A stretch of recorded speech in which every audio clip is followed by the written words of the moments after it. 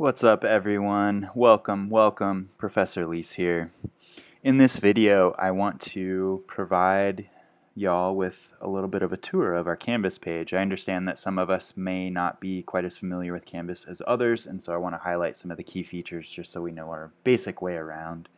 So here we are on the home page. This is what it will look like approximately, but of course it will be updated as I update more content, etc. But the home page, and while we're here looking at the textbook image, let's talk about it. So the textbook that we're using in our class is Habits of the Creative Mind, 2nd edition. And the authors are Richard E. Miller and Ann Jurecic. It's really important that you have the 2nd edition of this book. They've updated it quite significantly from the 1st edition, and so a lot of the content it won't work. So it's important that you have the 2nd edition. I've included the ISBN number.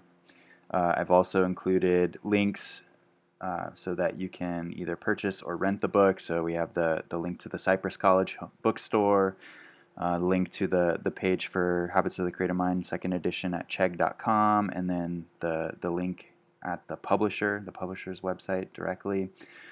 So it's really important, again, that you have the 2nd edition, and we'll begin using this book Monday the 31st of August. Okay, so if you haven't already made moves to get this textbook by then, either in print form or electronic form, that's up to you. But if you haven't already made those arrangements or haven't already obtained the book, then you're going to need to do so immediately because, again, we need it by the 31st of August, and the book is essential in order to succeed in the course. Students who don't have the book can't succeed. So it's definitely in your best interest to get that now, if you haven't done so already. All right, well, let's take a look at some of the features of our Canvas page. So here we are on the home page. We're going to look to the far left where we have the global navigation toolbar. So we call this global because it pertains to all of Canvas, regardless of what course you're looking at. So we're looking at our course right here specifically, but all of this stuff pertains to Canvas as a whole. And then immediately next to that we have what's called the local toolbar, or local navigation. And this is all the stuff that pertains to our specific Canvas page. So depending on what course you're looking at in Canvas, this will be different just based on what the course needs. So let's look at this. So we're on the home page right now.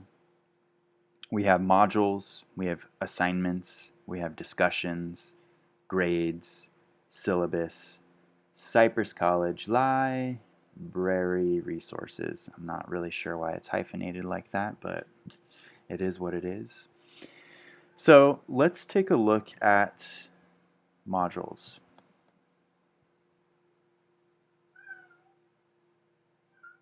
So here is the module view of the first week. So for each week of this semester, I will clearly label it. So I'll label it as whatever number week it is in the semester. So this is week 1, so week 1, and then I'll put the date range that week falls on. So August 24th through August 30th for this particular week.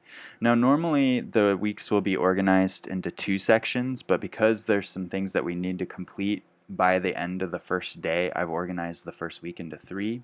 So we have first day, Monday the 24th of August. We need to read or complete all of these items by the end of this day, Monday the 24th, by midnight. Okay, so we have the welcome letter, which everyone should have read at this point. I sent it out in a message on Canvas a number of days ago. We have the syllabus, which of course everyone should have read already at this point. The syllabus is the contract, so to speak, for our class, so it outlines the different expectations, the responsibilities that students have, all of the policies. So it's really important that you read that carefully so that you're aware of all of those policies, expectations, responsibilities. You know what you're getting into, so to speak.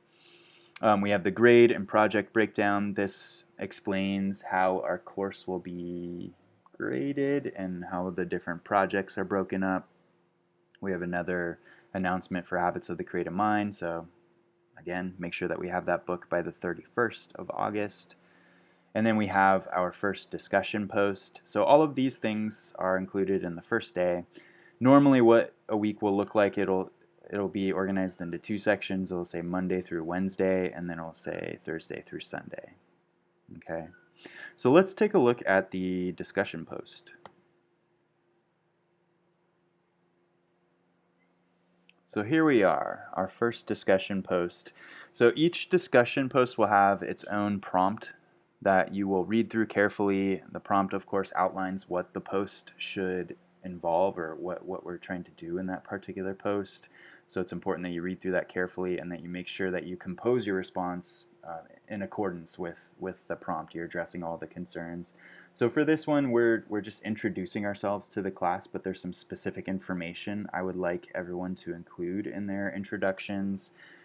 They should be at least 150 words in length, and I would like everyone to compose these as a short essay response, meaning we're using paragraphs to separate our ideas. Don't just send one big long giant paragraph, and don't just treat these as like responding to questions. Compose it as a short essay response. I would also like everyone to include a photo of themselves or of something they think represents them. So it doesn't need to be of you, but a photo of something you think represents you if it's not a picture of you directly. And then you're going to respond to some of your colleagues' posts. And then when you're ready, you're going to click reply, and then a text box will appear. Now what I recommend that you do is not compose your response directly into the text box, because your computer could freeze or your cat could jump up on your keyboard and erase everything, and then it's gone forever, and we don't want that to happen. So what I recommend that you do is compose it in either Google Docs or Microsoft Word or some other word processor, and then when you're finished, when you're ready to post it, you just copy and paste it into the text box, and then you can post it that way. Now to include photos, you could either attach it just as you would in an email. The only issue with this is that it's not going to display the photo. It'll just show what the attachment is, and so in order for somebody to look at it, they need to actually open the attachment, which means that it's going to download to their computer. And I don't know if you want your picture downloaded on someone else's computer. That could be a little weird, right? So another way to include photos, you could do what I did, which is embed the image directly into the post. So there's a couple ways to do that. You can click on this tab right here, or this button. It says embed image. So when you open that, if you have it on a photo sharing website, you can include the URL. If you've already uploaded it to Canvas, you can do that, and then it'll show you what all your files are in Canvas. You can link it to your Flickr account. There's also another way that you could do it, so let me show you. At the top, so if you scroll up, and on the right hand side at the top there's this tab that says links, and then right next to it there's a tab that says images, so you can click on that.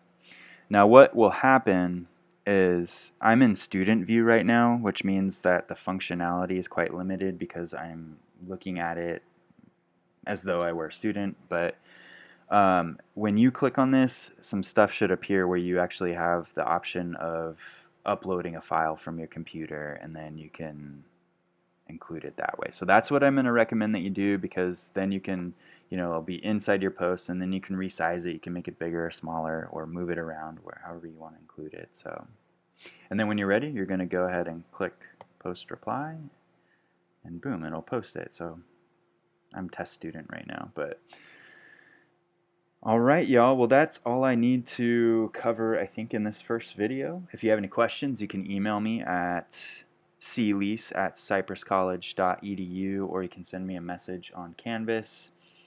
Otherwise, I'll see you on Canvas. Alright, take care, y'all.